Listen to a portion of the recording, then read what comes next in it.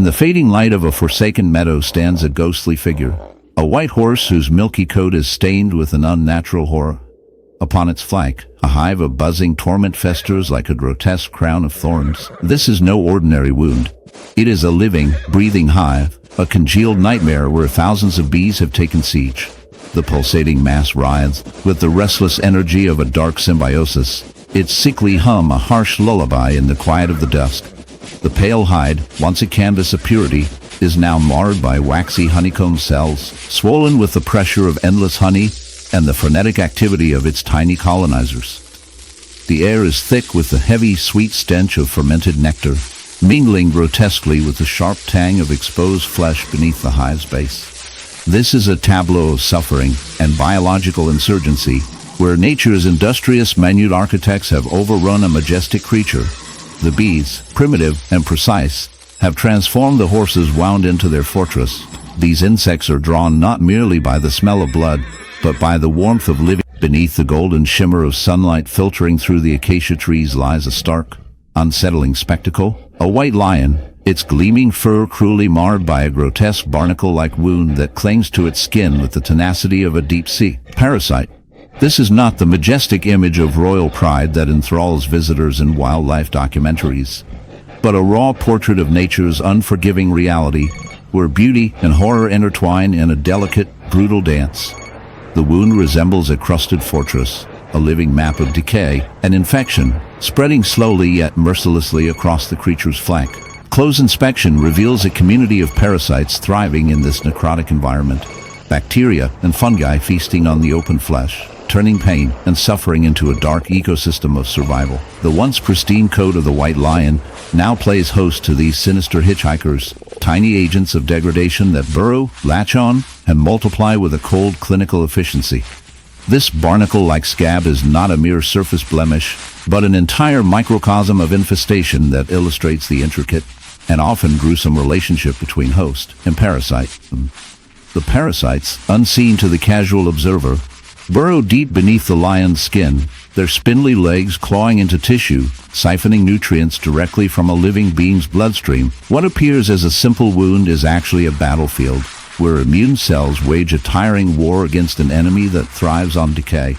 The slow, relentless consumption of living tissue by these unwanted guests slowly weakens the lion, sapping its strength and leaving it vulnerable in the relentless cycle of predator and prey. Parasite infestations of this nature exploit a critical vulnerability, a break in the skin's defenses caused by injury, enabling the parasites to slip in unnoticed and establish their domain. The resulting infection is multifaceted. Bacterial colonies exacerbate the tissue damage, releasing toxins that inflame and rot, while fungi weave a fuzzy web of filaments that impede the healing process. Most disturbing is the way these parasites manipulate the very biology of their host, often suppressing immune reactions to prolong their stay and enhance their chances of reproduction. In the shadowy recesses of the jungle, where light rarely reaches, one creature's suffering draws a grim portrait of nature's harsh realities. A monkey, its fur matted and skin thrashed by a grotesque, bubbling hive of parasites. This ghastly wound, pulsing with life both cruel and uncanny, reveals a harrowing spectacle. Tiny creatures burrow deep, carving out a grotesque empire beneath the monkey's flesh. The hive sprawls like a living scar, a chaotic city of writhing bodies and leaking sores, where each parasite clings desperately, feeding, breeding, consuming. It is a scene as repellent as it is fascinating, a testament to survival writ in the rawest terms. Parasite infestation here is not just an infection, it's a manifestation of nature's relentless push and pull, the host enslaved to an army of invaders. These parasites, perhaps botfly larvae or flesh-eating mites, exploit the monkey's body as both fortress and buffet. Skin around the wounds is swollen, red, and oozing a foul. In the shadowed realm of the wild, where life and death intermingle in brutal harmony, there exists a story oft overlooked, that of the leopard, chained not by the jaws of a predator, nor by the scarcity of prey, but by a ghastly enemy, both alien and intimate. Parasitic cocoon hives, festering grotesquely beneath the skin. Imagine, if you will, the sleek, golden gray coat marred not by scars of old battles, but by a living nightmare pulsing with vile intent. Here lies a leopard, magnificent and doomed, its once flawless fur trembling with the concealed horror of parasitic infestation. Horrific splotches of swollen, oozing flesh, crusted with alien structures that resemble some monstrous hive, a tomb crafted of its own suffering. These parasitic cocoon hives are not merely tumors, but veritable incubators of decay. They are birthed when tiny larvae infiltrate the leopard's skin through minuscule wounds, unnoticed at first, like whispers of doom beneath the animal's fur. Once inside, the larvae weave their cocoons in a hive-like matrix, anchoring themselves firmly in the soft tissues. The fabric of flesh becomes a playground for these insatiable interlopers. They feed, grow, and multiply, their movements palpable as painful pulses beneath the epidermis. The leopard's body, in a bizarre, morbid twist, becomes a nurturing ground for parasites, its own defenses overwhelmed and rendered mute against this silent invasion. The biological horror of this infestation lies in its mechanism. As the larvae mature, their cocoons secrete enzymes and other biochemical agents that dissolve surrounding tissues, creating cavities of festering rot. Pus and necrotic matter accumulate, nourishing the parasites while poisoning the leopard's bloodstream. Each hive acts like a grotesque garden of pain and disease, swelling grotesquely, rupturing sometimes, and spilling biological refuse into the surrounding landscape of fur and flesh. In the dense shadows of the African twilight, a leopard lingers, the very embodiment of raw nature twisted by a visceral invader. Its sleek coat, once the epitome of feline grace, is now marred by a monstrous cocoon wound that pulses with a grotesque life of its own. This is not some mere scrape or scratch inflicted by the harsh world it prowls. It is a living tomb, a hive built from the flesh of the beast itself. The wound stretches ominously across the leopard's flank, swollen and darkened, as if the creature's skin had shed its familiar guise to reveal the nightmarish underbelly of parasitic cruelty. The air around it is thick with an unsettling stillness, punctuated only by the sickly scent of decay and the faint, rhythmic squirming within. What you are witnessing is more than injury. It is a slow, relentless siege by a parasite species with a singular, terrifying life cycle to cocoon itself alive, feeding off the host from the inside while secreting a living fortress of silk-like fibers that encase both predator and parasite in a disturbing biological prison. Peering closer, this cocoon wound tells a tale as dark as it is fascinating.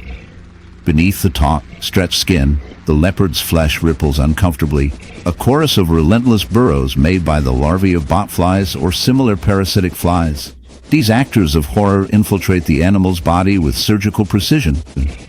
The female fly lays eggs on the leopard's fur, edges of leaves, or even nearby foliage.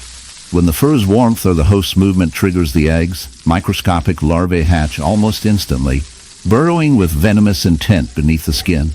It is here that the cocoon forms, woven not from gentle threads but from a thick, spongy, and fibrous secretion the larvae manufacture. This living cocoon serves as both shelter and digestive system, anchoring the parasite deeply while their minuscule mouths gnaw at the leopard's tissue, feeding on blood, cellular fluid, and fragmented flesh. The damaged tissue, in the dense heart of the jungle, where shadows weave through tangled branches and silence clings like a heavy cloak. A single jaguar stalks with a burden both unseen and revolting. The creature, majestic and powerful, trails a horror that would make the stoutest stomach churn a gaping, festering wound alive with writhing parasites. This is no mere scratch.